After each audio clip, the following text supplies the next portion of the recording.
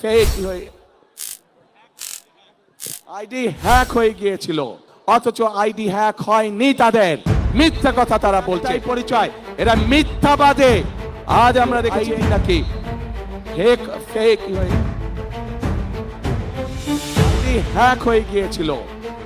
প্রিয় ভাই বোনেরা, এই বিষয়ে যারা বিশেষজ্ঞ তারা পরিষ্কারভাবে বিভিন্নভাবে বলেছে যে আইডি এইভাবে হ্যাক হতে পারে না। একটি রাজনৈতিক দলের একজন সিনিয়র নেতা জনগণের সামনে নির্বাচনের আগে এইভাবে মিথ্যা কথা বলছে, দলটি পর্যন্ত মিথ্যা কথা বলছে, হ্যাক হয়নি তাদের। কাজেই এরা নির্বাচনের আগে নিজেদের স্বার্থ সিদ্ধির জন্য মানুষের সামনে মিথ্যা কথা তুলে ধরছে। তারা বলছে এদের একটাই পরিচয়, এরা মিথ্যাবাদী। এরা নির্বাচনের নিজেদের সাথে মিথ্যা কথা বলে।